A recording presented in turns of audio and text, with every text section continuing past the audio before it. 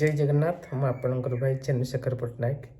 ଆଶା କରେ ଆପଣମାନେ ସମସ୍ତେ ପ୍ରଭୁଙ୍କ କୃପାରୁ ଭଲରେ ଥିବେ ବୋଲି।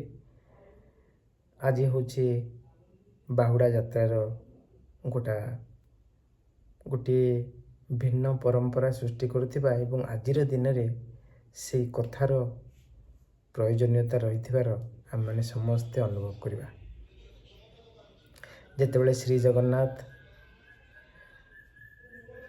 ଭାଇ ବଳଭଦ୍ର ଏବଂ ଭଉଣୀ ସୁଭଦ୍ରାଙ୍କୁ ନେଇ ନବଦିନାତ୍ମକ ଘୋଷଯାତ୍ରାରେ ବଡ଼ ଦେଉଳ ଛାଡ଼ି ମା ଶ୍ରୀଗୁଣ୍ଡିଚା ମନ୍ଦିରକୁ ଆସନ୍ତି, ମା ଶ୍ରୀଗୁଣ୍ଡିଚାଙ୍କ କୋଳକୁ, ସେଇ କଥାକୁ ନେଇ ସ୍ତ୍ରୀ ଶ୍ରୀ ଜଗନ୍ନାଥଙ୍କର ସ୍ତ୍ରୀ ମା ଲକ୍ଷ୍ମୀ ସେ ରୋଷ କରନ୍ତି ଏବଂ ରୋଷ କରି ଆସନ୍ତି ଏବଂ ସେଇ 9 ଦିନ ଭିତରେ ଗୋଟେ ପଞ୍ଚମୀ ତିଥି ଆସେ। ସେ ପଞ୍ଚମୀ ଦିନ ମା ଲକ୍ଷ୍ମୀ ଆସି ରାଗିକିରି ରଥ ଭାଙ୍ଗି ଦିଅନ୍ତି, ରଥରୁ ଗୋଟେ କାଠ ଭାଙ୍ଗି ଦିଅନ୍ତି, ରଥ ଟିକେ ଖୁଣ କରିଦିଅନ୍ତି, ଯାହାକୁ ନେଇ ଆଲୋଚନା ହୁଏ ଯେ ମା ଲକ୍ଷ୍ମୀ କହନ୍ତି, ତମେ ଭାଇ ଭଉଣୀକି ନେଇକି ଆସିଲ, ମୋତେ କାହିଁକି ଏ ବିଶ୍ୱ ଭ୍ରମଣରେ ଆଣିଲନି। এই କଥାଟାକୁ ଯଦି ଆମ ଜୀବନରେ ଆମେ ଦେଖିବା, ତାପରେ ତ ବାହୁଡ଼ା ଯାତ୍ରା ହେବ, ବାହୁଡ଼ା ଯାତ୍ରା ପରେ ସୁନାବେଶ ହେବ, ସୁନାବେଶ ପରେ ଅଧରପଣା ହେବ, ତାପରେ ନୀଳାଦ୍ରି ବିଜେ ହେବ ଏବଂ ନୀଳାଦ୍ରି ବିଜେରେ ମଧ୍ୟ ଗୋଟେ ଭିନ୍ନ ଏକ ପରମ୍ପରା ଆମେ ଦେଖିବାକୁ ପଡ଼ିବ। ସେ ଭିନ୍ନ ପରମ୍ପରା ହେଉଛି ନୀଳାଦ୍ରି ବିଜେରେ ପ୍ରଭୁ ଶ୍ରୀ ଜଗନ୍ନାଥ ମା ଠାକୁରାଣୀ ଲକ୍ଷ୍ମୀଙ୍କୁ ରସଗୋଲା ଦେଇ ତାଙ୍କ ମାନଭଞ୍ଜନ କରିବେ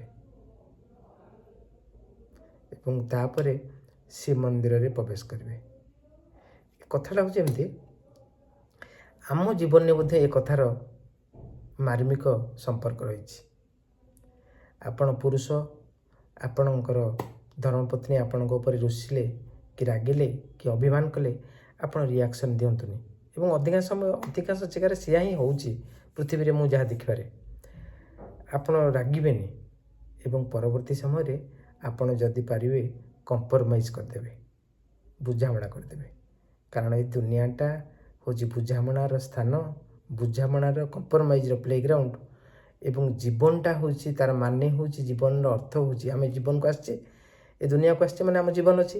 ଏ ଜୀବନର ଅର୍ଥ ହେଉଛି ଯାହା ପାଖରେ କମ୍ପ୍ରମାଇଜ୍ ନାହିଁ, ସେ ହୁଏତ ଅନେକ ସୁବିଧା ସୁଯୋଗ ସେବାକୁ ହରାଇ ବସିବ, ଏପରିକି ଜୀବନ ବି ହାତଛଡ଼ା କରିଦେଇ ପାରନ୍ତି। ତେଣୁ କମ୍ପ୍ରମାଇଜ୍ ରଖିବା, ବୁଝାମଣା କରିବା। ଶ୍ରୀ ଜଗନ୍ନାଥ ମା ଲକ୍ଷ୍ମୀଙ୍କର କଥାରୁ ଆମେ ଏଇଆ ଅନୁଭବ କରିବା। ଧନ୍ୟବାଦ। ଆପଣମାନଙ୍କର ଜୟ ହେଉ।